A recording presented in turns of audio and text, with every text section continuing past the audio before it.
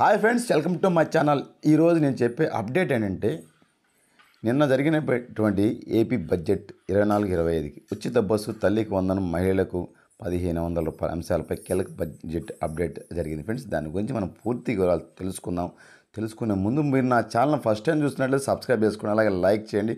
నాకు సపోర్ట్ ఉంటాను కోరుకుంటున్నాను. మనం పూర్తి వివరాలకు వెళ్ళిపోతాం. ఈ వీడియో ఎక్కడ స్కిప్ చేయకండి ఫ్రెండ్స్. మొత్తం మీకు పూర్తిగా బడ్జెట్ వివరాలు వివరిస్తాను ఫ్రెండ్స్. ఇంకా మనం పూర్తిగా వివరాలకు వెళ్ళిపోతాం ఫ్రెండ్స్. ఉచిత బస్సు, తల్లికి వందనం, మహిళలకు 1500 రూపాయల అంశాలపై ముఖ్యమైన ప్రకటన బడ్జెట్లో అయితే ప్రభుత్వం స్పష్టత ఇచ్చింది ఫ్రెండ్స్. ఈ ఎప్పుడు ప్రారంభిస్తున్న గురించి నేను చెప్తాను ఫ్రెండ్స్ లాస్ట్లో. ఆంధ్రప్రదేశ్ ప్రభుత్వం ఇటీవల నిన్న ప్రవేశపెట్టినటువంటి బడ్జెట్లో అసెంబ్లీ ప్రవేశపెట్టిండగా ఇది సంక్షేమానికి గణనీయమైన మార్పులు ఇస్తుందనేసి మనం తెలుసుకోవాల్సింది ఫ్రెండ్స్.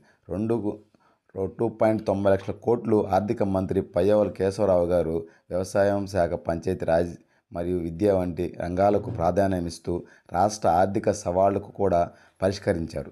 తన బడ్జెట్ ప్రసంగంలో కేశవరావు గారు గత పరిపాలన యొక్క ఆర్థిక తప్పులను ఎత్తి చూపారు. ఇది రాష్ట్ర ఆర్థిక పరిస్థితిని అధ్వానంగా ఉంచిందనేసి ఆయన అన్నారు. దీర్ఘకాలిక అభివృద్ధి కోసం ఆర్థిక వ్యవస్థను స్థిరీకరించే లక్ష్యంతో స్థిరమైన అభివృద్ధి మరియు సంక్షేమానికి ప్రస్తుత పరిపాలన యొక్క నిబంధనలైతే ఆయన నొక్కి మరీ చెప్పారు ఫ్రెండ్స్.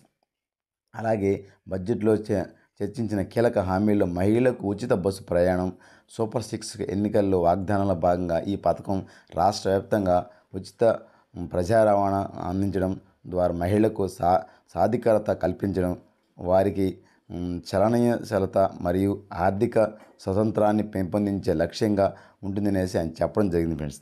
అలాగే మహిళల సంక్షేమంపై ప్రభుత్వం దృష్టిని నొక్కి చెబుతూ ప్రస్తుత ఆర్థిక సంవత్సరంలోనే ఈ కార్యక్రమం ప్రారంభమవుతుందనేసి కేశవరావు గారు చెప్పడం జరిగింది ఫ్రెండ్స్. అలాగే ఉచిత బస్సు ప్రయాణ పథకం మహిళలకు రోజువారీ ప్రయాణం చేయడానికి ద్వారా వారికి ఉపాధి మరియు విద్యా అవకాశాలు మరింత మెరుగుపడతాయని చెప్పడం కూడా జరిగింది ఫ్రెండ్స్. అలాగే అదనంగా ఏపీ ప్రభుత్వం మహిళలకు నెలకు 1500 రూపాయలు వాగ్దానం చేసిన సంగతి మనకైతే తెలిసిందే ఫ్రెండ్స్. ఈ కార్యక్రమం ఏపీ బడ్జెట్లో స్పష్టంగా నిధులు ఇవ్వలేదు ఫ్రెండ్స్.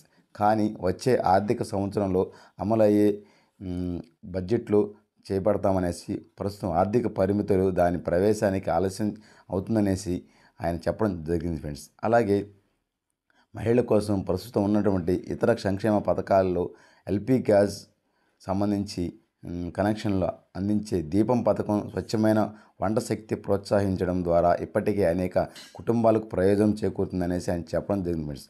మరో చొరవ తల్లికి వందనం పథకం.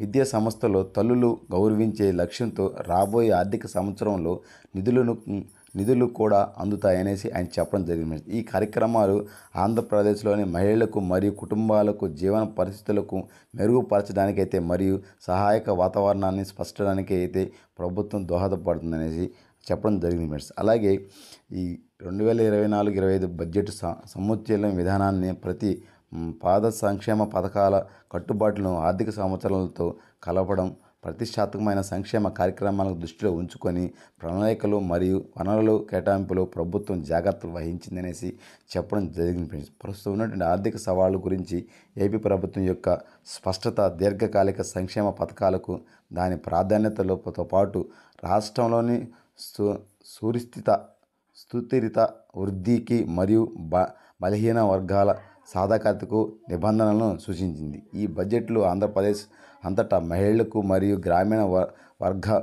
వర్గాలకు మరియు బలమైనటువంటి బడ్జెట్ సహాయంగా ఉంటుందనేసి అయితే ఆయన చెప్పడం జరిగింది. అలాగే మనకు వచ్చినట్టు ఇంకో అప్డేట్ ఏంటంటే, రాష్ట్రంలో ఉన్నటువంటి గూడు లేని పేదలకు కూటమి ప్రభుత్వం భారీ వరాన్ని అయితే ప్రకటించిందనేసి మనకైతే చిన్న సమాచారం వచ్చింది. రానున్న 5 ఏళ్లలో 25 లక్షల ఇళ్ళు పట్టణాల్లో అందించనున్నట్లయితే వెల్లడించింది. ఈ ఇల్లు నిర్మించడానికి ప్రధానమంత్రి ఆవాస్ యోజన, ఎన్టీఆర్ నగర్ పథకం కింద చేపట్టనుందనేసి అయితే చెప్పింది. ఇప్పటికే పురోగతిలో ఉన్నటువంటి గృహాలకు కూడా అదనంగా మరో 16 లక్షల మందికి ఇళ్ళు పట్టాలు అందిస్తామనేసి స్పష్టం చేసింది ఫ్రెండ్స్.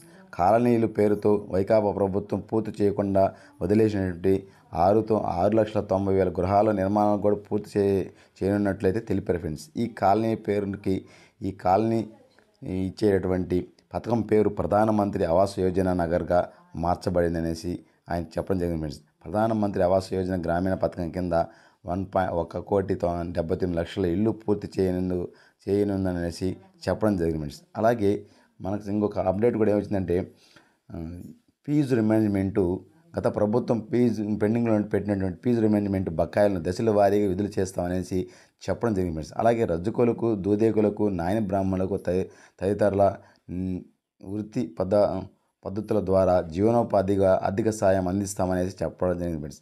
అమరావతి, తిరుపతి, విశాఖపట్నం నగరాల్లో విజ్ఞాన నగరాలను కూడా ఏర్పాటు చేస్తామనేసి చెప్పడం జరిగింది ఫ్రెండ్స్. అలాగే విశాఖపట్నం, కాకినాడ, విజయవాడ, గుంటూరు, తిరుపతి, కర్నూలు తదితర ప్రధాన నగరాలకు అభివృద్ధి చేయనున్నట్టు ఆయన చెప్పాడు ఫ్రెండ్స్. శ్రీకాకుళం, చిత్తూరు, ప్రకాశం, రాజమహేంద్రవరం, నాగుల్ ప్రత్యేక పోలీస్ బెటాలియన్లు ఏర్పాటు చేస్తామని చెప్పడం జరిగింది ఫ్రెండ్స్.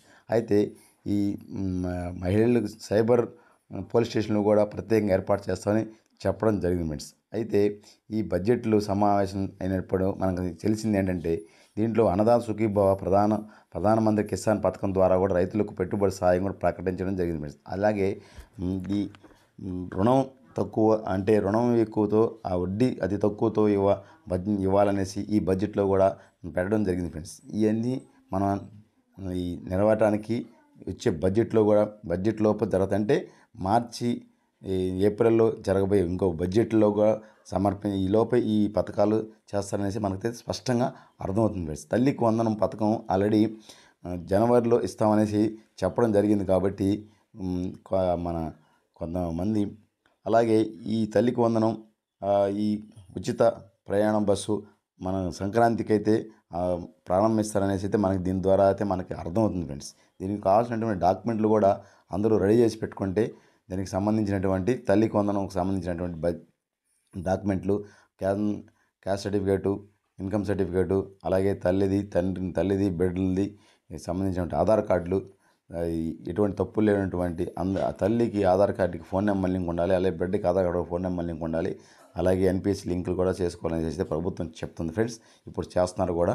ఇంకోటి విషయం ఏంటంటే మనం ముఖ్యంగా గమనించాల్సిన తల్లికి వందనం పథకంలో గత ప్రభుత్వం అమ్మఒడి కింద ఒక్కరికే మాత్రమే ఇచ్చింది ఇంట్లో ఎంతమంది ఉన్నా. కానీ ఇప్పుడు కూటమి ప్రభుత్వం హామీ ప్రకారం ఇంట్లో ఎంతమంది ఉంటే అంతమందికి, ఒకరుంటే ఒకరు, ఇద్దరుంటే ఇద్దరు, ముగ్గురుంటే ముగ్గురు, ఎంతమంది ఉంటే అంతమందికి 15,000 చొప్పున ఇస్తామనేసి ప్రకటించడం జరిగింది. కాబట్టి ఈ తల్లికి వందనం పథకం అనేది మాత్రం జనవరిలో, అలాగే ఉచిత ప్రయాణ బస్సు కూడా జనవరి పండగకంతా సంక్రాంతి కానుకగా ఇవ్వాలని అయితే మనకైతే ఈ బడ్జెట్ ద్వారా అయితే అర్థమవుతుంది. అలాగే ఇంతకుముందు కూడా కొంతమంది మంత్రులు కూడా ప్రకటించారు. ఆ విషయం కూడా ఇంతకుముందు వేరే వీడియోలో కూడా చెప్పాను ఫ్రెండ్స్. ఇది ఫ్రెండ్స్ నేను చెప్పండి బడ్జెట్ సమావేశం. మీకు నచ్చినట్లయితే లైక్ చేయండి, నన్ను సపోర్ట్ చేయండి. తప్పులు అంటే చిన్న చిన్న పొరపాట్లు అంటే మన్నించండి ఫ్రెండ్స్.